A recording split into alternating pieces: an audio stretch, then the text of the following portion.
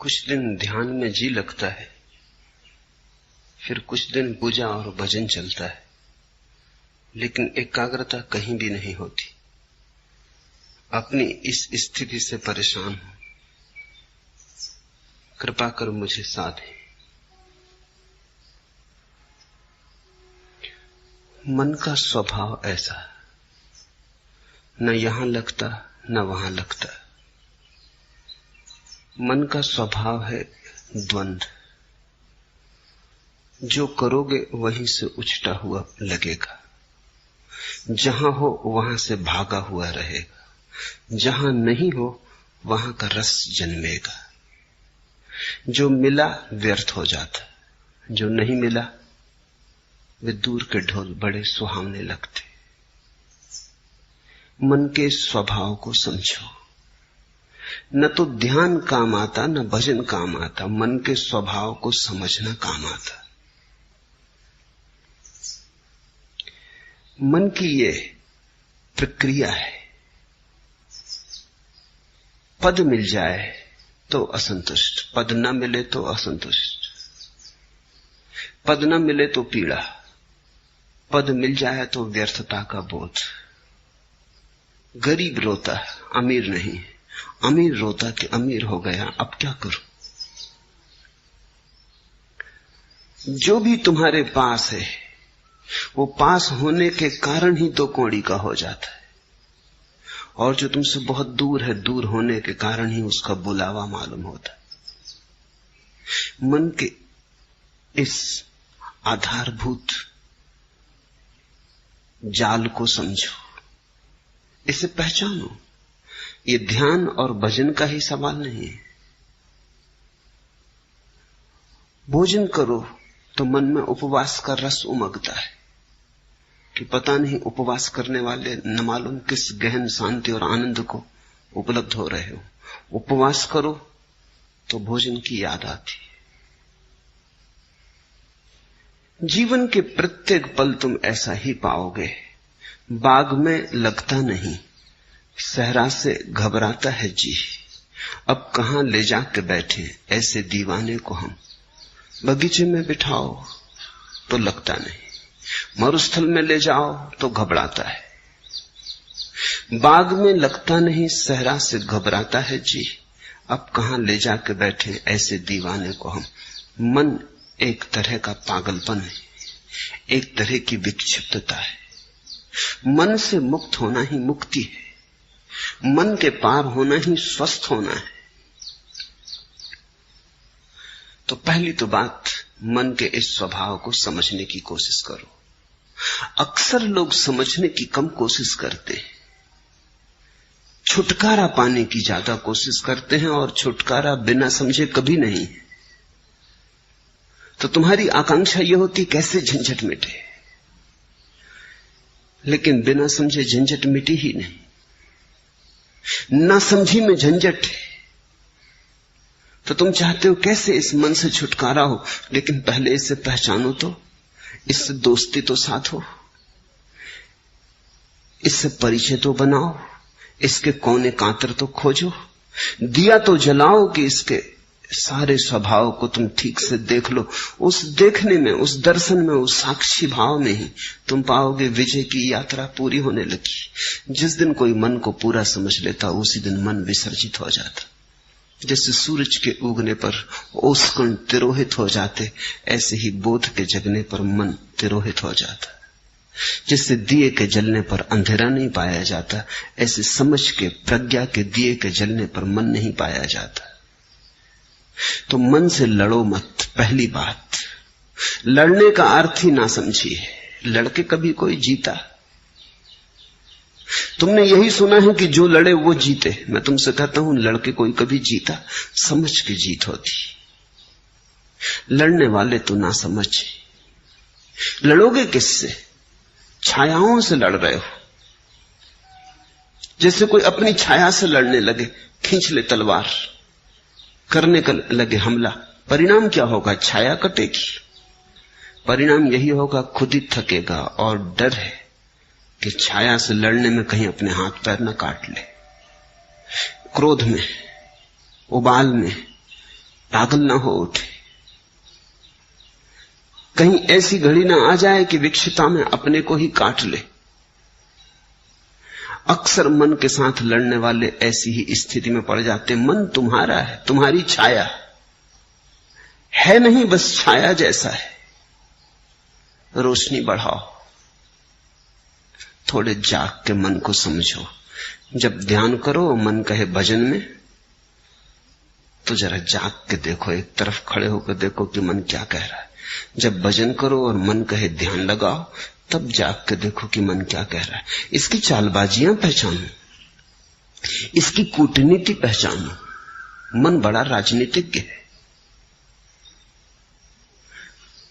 ये तुम्हें भटकाए रहता है, ये तुम्हें चलाए रहता है। और तुमने ध्यान करके भी देख लिया, वहां भी नहीं लगा, और तुमने भजन करके भी देख लिया, वहां भी नहीं लगा। तो अब ये तो समझो कि मन कहीं लगेगा ही नहीं। मन का लगना धर्म नहीं, ना लगना मन की आदत है। कहीं लगता नहीं, जो नहीं लगता वही मन है। तो अब जब मन तुमसे कहे कि ध्यान करो, क्या भजन में पड़े हो, तो जाग के देखना कि ये फिर वही मन जो कहीं नहीं लगता, भजन में भी नहीं लगा था। तब इसने कहा था ध्यान करो, अब कहता है भजन करो। पहले कहा संसार में उलझे रहो, फिर कहा सन्यास ले लो। अब सन्यास में भी नहीं लगता, कहता है संसार में लौट चलो। इस मन को जरा देखना। कुछ करने की बात नहीं है, सिर्फ शांत भाव से देखना। तुम्हारे देखने में ही तुम पाओगे मन गिरने लगा, तुम पर उसकी पकड़ जाने लगी। तुम पर पकड़ छूट जाए, तुम थोड़े शिथिल हो जाओ मन के पास से, तुम थोड़े बाहर सरकने लगो। न तो ध्यान से घटती है बात, न भजन से घटती है, समझ से। इसलिए समस्त धर्मों का सार है जागरूकता। प्रश्नकर्ता पूछता है एकाग्रता नहीं बनती, एकाग्रता की खोज ही गलत है, जागरूकता खोजो। एकाग्रता की खोज तो फिर मन के ही सिक्कों में फंसे। ये मन ही है जो कहता है एकाग्र बनो। ये तुम्हें असंभव चीजें करने को देता है, फिर वो नहीं होती तो तुम हारे थके परेशान हो जाते हो। एकाग्रता की कोई जरूरत ही नहीं है। थोड़ा जीवन की गणित की व्यवस्था के सूत्र समझने चाहिए। पहला सूत्र, जब भी मन नहीं होता तब तुम एकाग्र होते हो। कभी अपने काम में पूरे संलग्न, चाहे बुहारी लगा रहे हो घर में, लेकिन पूरे संलग्न, अचानक तुम पाते हो मन नहीं है। संगीत सुनते संलग्न, मन नहीं है। चित्र बनाते,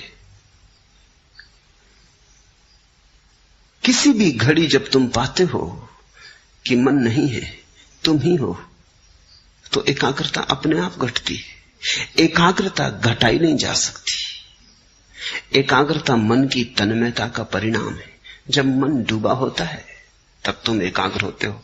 जब मन उभर आता है तब तुम अनेकाग्र हो जाते हो। मन तुम्हें अनेक में बांट देता है, खंड खंड कर देता है। अब तुम चेष्टा कर रहे हो एकाग्र होने की। एकाग्र होने की चेष्टा और झंझट लाएगी, क्योंकि करोगे किससे चेष्टा तुम एकाग्र होने की? मन से ही करोगे। सब चेष्टा मात्र मन से होती। अब तुम एक ऐसे काम में लगे हो जैसे कोई आदमी अपने जूते के बंद खींच खींच के खुद को उठाने की कोशिश करे। खुद को कैसे उठाओगे जूते के बंद खींच के? थोड़े बहुत उछल कूद लो, फिर बार बार जमीन पर पड़ जाओगे। ये असंभव चेष्टा है। मन कभी एकाग्र नहीं होता। जब एकाग्रता होती तो मन नहीं होता। तो तुम मन के द्वारा एकाग्र होने की चेष्टा ही छोड़ो। तुम तो छोटे छोटे कामों में रस लो। रस का परिणाम है एकाग्रता। बुहारी लगाओ तो ऐसे लगाओ जैसे भगवान के मंदिर में लगा रहे हो, चाहे घर तुम्हारा ही हो, है तो भगवान का ही मंदिर। भोजन करो तो ऐसे ही करो जैसे भगवान को ही भोग लगा रहे हो। भोजन तो तुम ही कर रहे हो, लेकिन अंततः तो भगवान को ही लग रहा है भोज। वही तो तुम्हारे भीतर आके भूख बना। उसी ने तो तुम्हारी भूख जगाई, वही तो तुम्हारे भीतर भूखा है, उसके लिए ही तो तुम भोजन दे रहे हो। रस जगाओ, एकाग्रता की बात मत उठाओ। रस का सहज परिणाम एकाग्रता है। जो करते हो उसे रसपूर्ण ढंग से करो, उसमें डुबकी लो। छोटे और बड़े काम नहीं है दुनिया में, जिस काम में तुम डुबकी ले लो वही बड़ा हो जाता है। बुहारी लगाने में डूब जाओ, वही बड़ा हो जाता है। कबीर कहते हैं, खाऊं पीऊं सो सेवा, उठूं बैठूं सो परिक्रमा। मेरा उठना ही बैठना उस परमात्मा की परिक्रमा है, और जो मैं खाता पीता हूं यही उसकी सेवा है।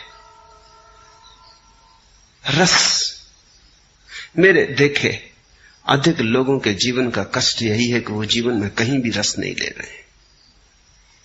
जो भी कर रहे हैं बेमन से कर रहे हैं क्योंकि करना है, खींच रहे हैं। जैसे बैलगाड़ी में जुते बैल, ऐसा जीवन को खींच रहे हैं, नाचते हुए, उमंग से भरे हुए नहीं। अगर तुम कोई ऐसे काम में लगे हो जिसमें तुम रस ले ही नहीं सकते तो बदलो वो काम। कोई काम जीवन से ज्यादा मूल्यवान नहीं। अक्सर ऐसा हुआ है, हो रहा है कि लोग ऐसे काम में उलझे हैं जो उनमें रस नहीं जगाता। किसी को कवि होना था, वो जूते बेच रहा है, बाटा की दुकान पे बैठा है,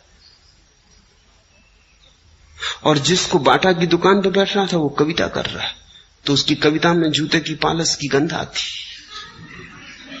आएगी ही। लोग वहां हैं जहां उन्हें नहीं होना था, और ये विकृति के कारण है क्योंकि तुमने कभी अपने सहज भाव को तो खोजा नहीं। किसी के पिता ने कहा कि दुकान करो, इसमें ज्यादा लाभ है। किसी के पिता ने कहा डॉक्टर बन जाओ। किसी की मां को ख्याल था बेटा इंजीनियर बने। परिवार को धुन थी कि बेटा नेता बने।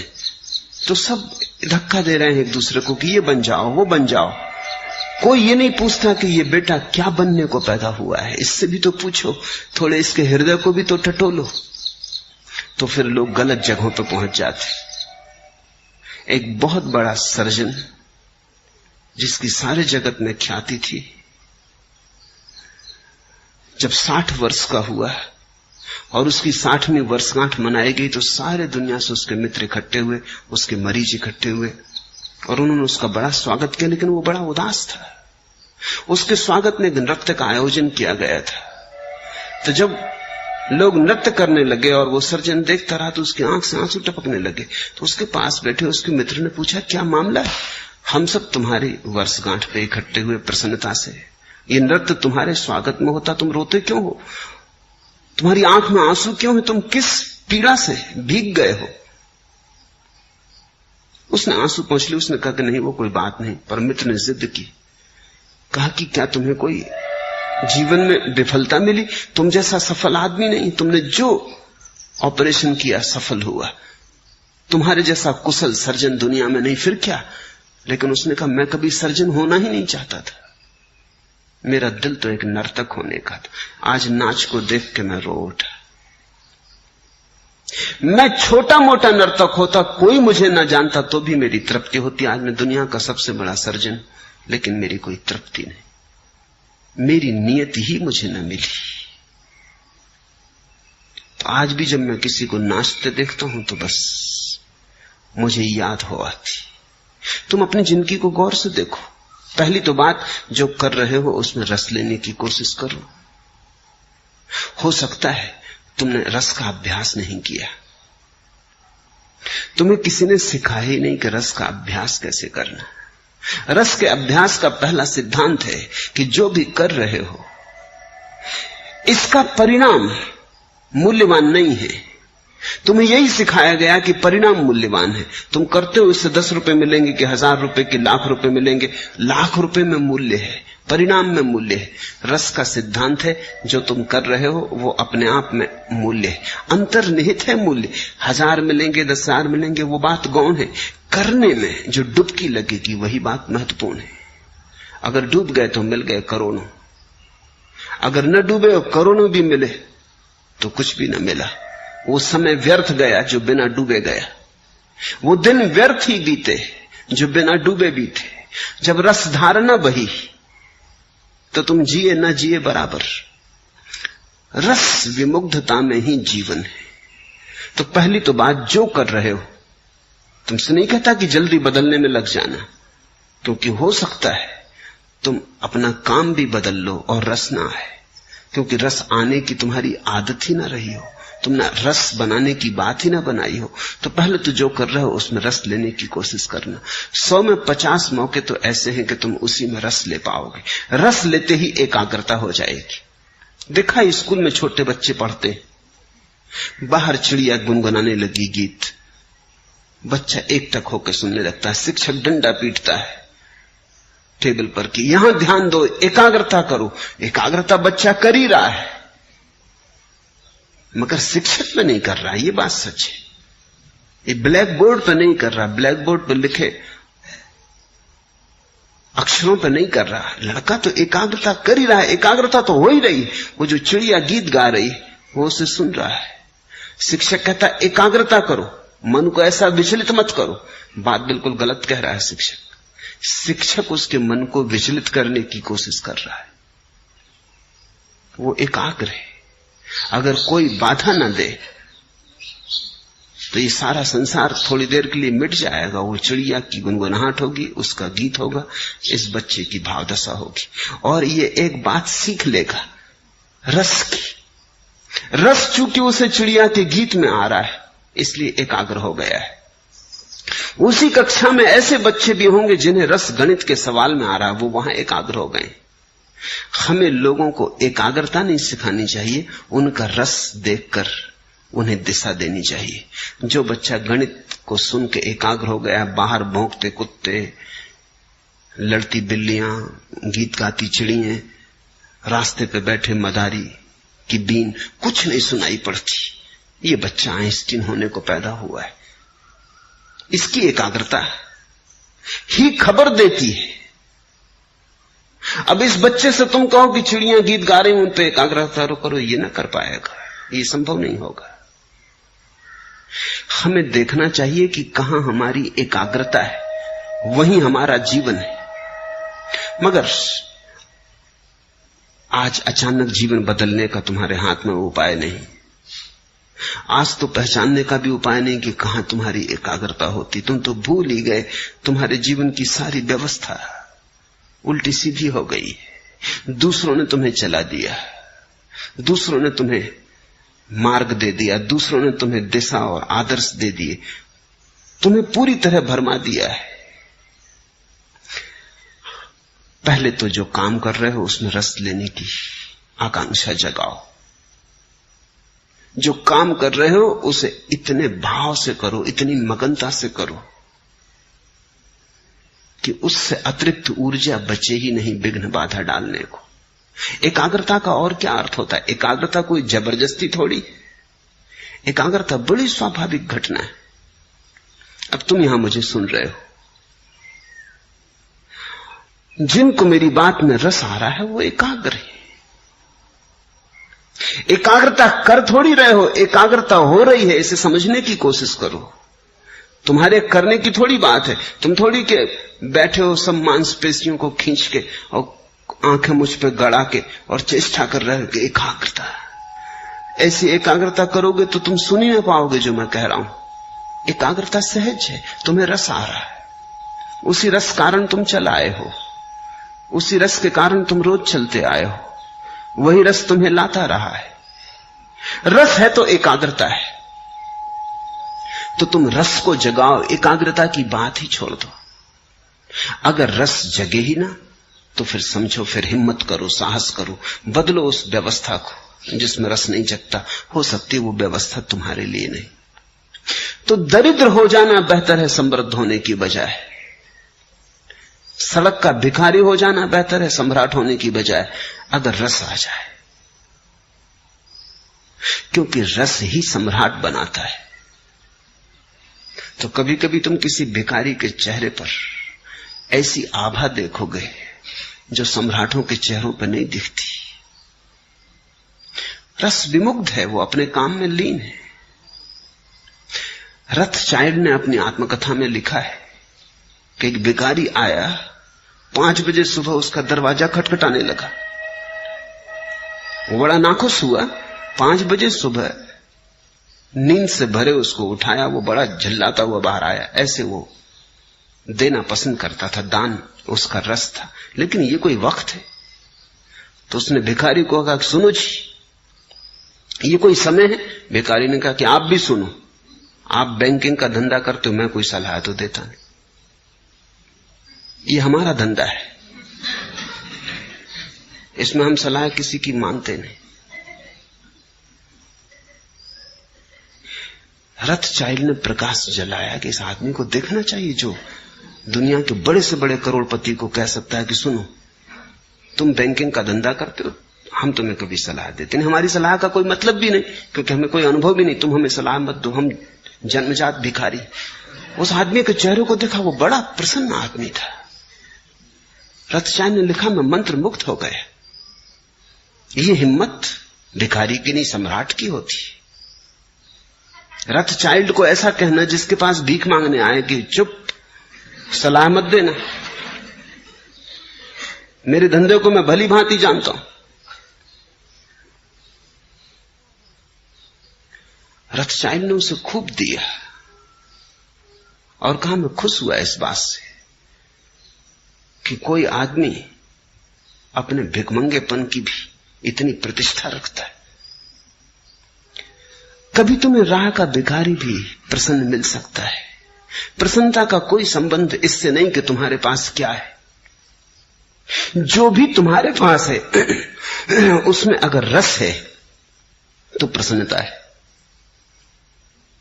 तुम अगर हाथ के भिक्षा पात्र को भी गीत गुनगुनाते हुए ढो रहे हो तो आनंद है, और तुम्हारे पीछे स्वर्ण रथ चल रहे हैं और तुम मुर्दा बुझे तो कुछ अर्थ नहीं है। एकाग्रता मत पूछो।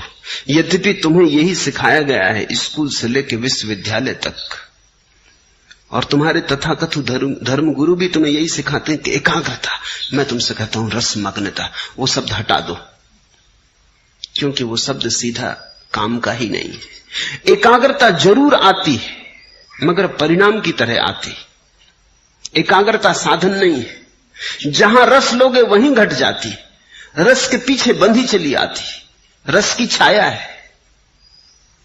तो तुम कहीं भी रस लो, अगर मंदिर में रस ना आता हो, फिक्र छोड़ो, फिर मंदिर में परमात्मा तुम्हारे लिए नहीं घटेगा। जहां रस ही नहीं है वहां एकाग्रता नहीं होगी, एकाग्रता नहीं होगी, परमात्मा कहां होने वाला है। अगर तुम्हें बांसुरी के गीत में रस आता है तो वहीं तुम्हारा परमात्मा तुम्हें मिलेगा। अगर नर्तक की पायलों में तुम्हें रस आता है तो तुम्हारा परमात्मा वहीं नाचेगा। तुम्हारे परमात्मा की खोज तुम्हारे रस से ही तय होगी। रसो वैसा, उस परमात्मा का स्वभाव रस है। किसी शास्त्र ने कहा कि परमात्मा का स्वभाव एकाग्रता है। सच्चिदानंद वो रस की बात है। तुम्हें जहां आ जाए रस, जहां आ जाए आनंद, जहां उमंग उठे, जहां तुम खिल उठो, फिर वो कुछ भी हो, चाहे खेल हो तो प्रार्थना बन गई। और ऐसे तुम बैठे बैठे प्रार्थना करते रहो, भजन करते रहो, ध्यान करते रहो, रस उमगे नहीं, मेघ मलार बजे नहीं, हृदय गुनगुनाए नहीं। ऐसे तुम करते चले जाओ जबरदस्ती, यंत्रवत। करनी चाहिए कर्तव्य बस। लोग कहते हैं इससे रस मिलेगा इसलिए कर रहे हैं, नहीं। जहां रस मिलता है वहीं परमात्मा आता है। इसलिए मैं तुमसे कहता हूं कि मेरे पास तुम्हें देने के लिए कोई अनुशासन नहीं, क्योंकि अनुशासन कोई भी होगा पराया होगा, दूसरे का होगा। तुम्हें अपना अनुशासन खोजना पड़ेगा। प्रत्येक व्यक्ति को अपना मार्ग खोजना पड़ेगा। मैं इशारे देता हूं, उन इशारों से तुम अपना मार्ग समझने की कोशिश करो। कबीर ज्ञान को भी उपलब्ध हो गए तो भी कपड़ा बुनते रहे। जुलाहापन उन्होंने छोड़ा नहीं।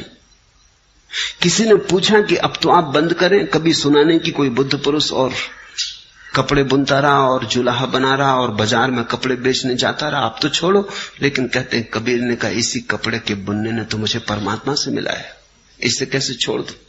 ये मेरी प्रार्थना, ये मेरी पूजा, ये मेरी अर्चना। झीनी झीनी बीनेरी चदरिया, वो जुलाहे का गीत है, कोई और दूसरा तो गा भी नहीं सकता। बुद्ध कैसे गाएंगे? बुद्ध ने कभी चदरिया बिनी नहीं, उन्हें कुछ पता भी नहीं। महावीर कैसे गाएंगे? चदरिया थी वो भी छोड़ दी।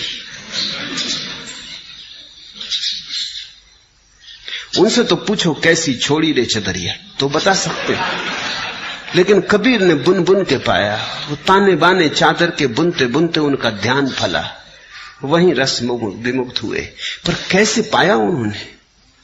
क्योंकि हमें बुद्ध की बात समझ में आ जाती है कि दूर बोधि वृक्ष के नीचे ध्यान में बैठे हुए, कि महावीर वनों में पर्वतों में एकांत में 12 वर्ष मौन में खड़े हुए। कबीर कपड़ा बुन बुन के पा लिए, रस से बुना होगा। कबीर कहते थे राम के लिए बुन रहा हूं। सभी ग्राहकों में राम देखते थे। जब अपना कपड़ा बुन के वो काशी के बाजार में बेचने जाते, कोई मिल जाता रास्ते में, कहां जा रहे हो, तो वो कहते राम आए होंगे, उनको जरूरत है, कपड़ा बुन के लाया हूं, बड़ा बढ़िया बुना है, राम को देने जा रहा हूं। जब कोई ग्राहक उनसे कपड़ा खरीदता तो वो कहते संभाल के रखना राम, बड़ी मेहनत से बुना है, बड़े रस से बुना है, कपड़ा ही नहीं है, पीढ़ी दर पीढ़ी चले ऐसी मजबूती से बुना है। अपने प्राण उंडेले। तो जिसको ग्राहक में राम दिखाई पड़े, अब उसे किसी बोधि वृक्ष के नीचे जाने की जरूरत न रही। सभी लोग बोधि वृक्ष के नीचे जा भी नहीं सकते, और अच्छा है कि जाते नहीं तो बड़ी झंझट खड़ी हो जाए। एकाध बुद्ध बोधि वृक्ष के नीचे बैठता है, चलता है, एकाध महावीर मौन खड़ा हो जाता है, चलता है। लेकिन सभी ऐसे खड़े हो जाएं तो जीवन बड़ा विरस हो जाएगा। अधिक को तो कबीर जैसा होना पड़ेगा, अधिक को तो गोरे जैसा होना पड़ेगा। गोरा कुम्हार बस घड़े बनाता रहा, और घड़े बनाते बनाते खुद को भी बना लिया। और रैदास जूते सीते सीते, जूते बनाते बनाते पहुंच गए। तो तुम जो कर रहे हो उसमें रस डालो, ऊंडे लो रस, वहीं तुम्हारा भजन, वहीं तुम्हारा ध्यान। अगर तुम्हारी सारी चेष्टाएं असफल हो जाएं तो फिर साहस करो, तो फिर तुम गलत जगह हो। तुम कुछ ऐसी जगह बहने की कोशिश कर रहे हो जो चढ़ाव पर है। तो नदी चढ़ाव पे तो नहीं बहती, ढाल पर ही बह सकती है। रसधार भी ढाल पर ही उतर के बह के मिलता है। तो फिर बदलो, इसलिए साहस की जरूरत है। पहले सारी चेष्टा कर लो, और फिर तुम्हें लगे कि नहीं, इस ढंग से मेरे लिए परमात्मा से मिलन नहीं हो सकेगा, तो बदलो। उस बदलाहट को मैं संन्यास कहता हूं। बदलने की हिम्मत रखो। एक आदमी 40 साल तक लंदन के बाजार में दलाल का काम करता रहा। बड़ा सफल आदमी था, खूब कमाई थी, सब तरह का सुख था। किसी ने कभी सोचा भी न था एक रात वो घर से नदारद हो गए। पत्नी भी भरोसा ना कर सकी, बेटे भी भरोसा ना कर सके, मित्र भी भरोसा ना कर सके, काम धंधे में जो लोग संबंध था वो भी भरोसा ना कर सके। क्योंकि न तो वो आदमी कभी किसी और स्त्री के संग में देखा गया था कि पत्नी सोच भी सके कि वो किसी स्त्री के साथ भाग गया, न उसके कोई धार्मिक रुझान थे कि वो कोई किसी जाके आश्रम में सन्यासी हो गया होगा, न कोई दुख था कि आत्महत्या कर ली होगी। सब भांति सुखी संपन्न आदमी था, जिसको हम सुखी संपन्न कहते, वैसा आदमी था, सब ठीक ठाक था। कोई 3 साल बाद उस आदमी का पता चला कि वो पेरिस में चित्रकला सीख रहा है, भिखमंगे की हालत हो गई है। भागे उसके मित्र, उसने कहा तुमने ये क्या किया? तुम्हारे पास सब था, सब ठीक था। उसने कहा वही अड़चन थी, सब ठीक था, कहीं कुछ गड़बड़ ना थी। लेकिन कोई प्रफुल्लता ना थी, कहीं कोई उमंग ना थी। सब ठीक चल रहा था और सब ठीक में चला रहा था, लेकिन कोई रसधार न बह रही थी।